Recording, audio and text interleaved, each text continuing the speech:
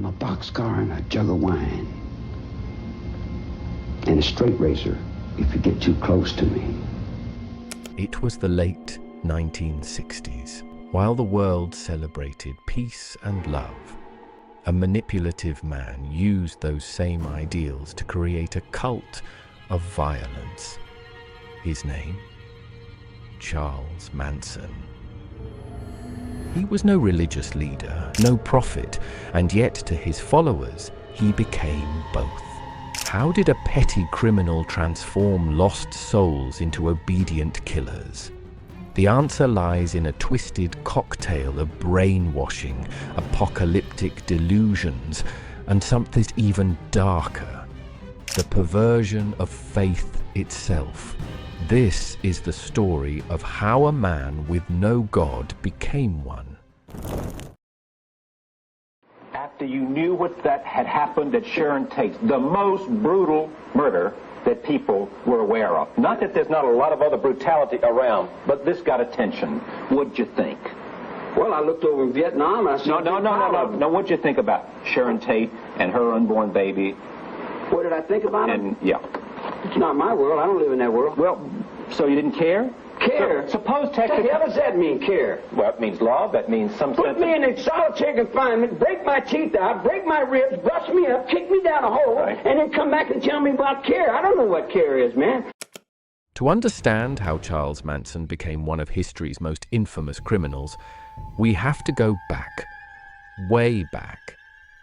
Born Charles Mills Maddox in 1934, his life began as a footnote to chaos. His mother, Kathleen Maddox, was a teenage drifter, sometimes abandoning him, other times dragging him through seedy motels and bars. Manson didn't have a childhood. He had survival training. By 12, he was already a ward of the state, jumping between reform schools, stealing, assaulting, escaping. While other delinquents relied on brute force, Manson mastered something far more dangerous: the art of manipulation. He learned to charm guards, play the system, and disappear when it suited him. Prison became his real education. Behind bars, he devoured two things that would shape his future: religion and psychological control. He studied science and health with Key to the Scriptures, a Scientology text, and the Bible, not for enlightenment but as manuals for manipulation. He even picked up a guitar, strumming songs about death and rebirth, a dark preview of sermons to come. When he was released in 1967, the world was ripe for a man like him. The summer of love was in full swing, and disillusioned youth were searching for meaning. Manson didn't just step into that void. He carved it deeper. He wasn't a guru. He was an ex-con who talked like one. He quoted self-help mantras, promised liberation, but his real goal was absolute domination. His personality: a nightmare trifecta, pathological narcissism, zero empathy, and a predator's instinct for weakness. Then came the ultimate power move. He declared himself both Christ and Satan, depending on who was listening. Satan means whatever I'm looking at, whatever I want it to mean. It's on my forehead. It's me if I can get up on that highway. If it's me trying to save my air, my water, my trees, my wildlife. It's me on that cameraman. It's me right there in his watch. It's me in his brain. It's me right there on his ears. And when he shaves in the morning, I'm sitting right up underneath his razor. You dig? It's everything that human beings don't understand. It's all their fears. It's what they're not sure of. You dig what I'm saying? Satan to me would be God. His followers didn't realize it, but they were being groomed. Small acts of violence, theft, group sex. Each step eroded their morals, binding them to his approval. This wasn't just a cult, it was a holy war in reverse, with Manson as the false prophet rewriting scripture in blood. And the terrifying truth, he was just getting started. Sure, I'm out there on the highway. I'm out there on the highway in Big Dragon, in the underworld. I'm out there in Hawaii. I'm out there in all kinds of different things. You might say I'm kind of like Satan. I'm in so many different places at once. Yeah, it would be like Satan. It would be very sharp for one person to do all the things that I'm going to have to do to survive. In you, and in you, and in you, and in you too. The year was 1968. The Manson family had grown, not just in numbers, but in devotion. They saw Charles not as a man, but as a Messiah. And like all false prophets, he needed a revelation. Enter Helter, Skelter, a term Manson stole from the Beatles' White Album. To most, it was a playful song about a slide. To Manson, it was divine prophecy. He preached that an apocalyptic race war was coming, a brutal uprising where Black America would slaughter the white elite. The family, hidden underground, would emerge after the chaos to rule over the victors. But there was a catch. They had to start the war themselves. This wasn't just madness. It was religious fanaticism twisted into a kill list. Manson's warped theology borrowed from everywhere. Christianity's Book of Revelation, Scientology's cosmic hierarchies, even Hitler's delusions of racial destiny. He spliced them together into a doomsday cult where murder wasn't a crime, it was sacrament. And on August 9th, 1969, sacrament became slaughter. Every new reality is a new horizon, a brand new experience of living. I got a note last night from a friend of mine.